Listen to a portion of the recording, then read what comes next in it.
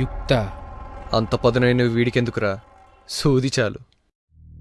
కిల్కిత్తా కబింగ్ కుస్తురే స్వేద్ నిమ్డా గ్రోస్రెస్ tell me అర్తబూస్ కాక్రికాన బోమ్లే.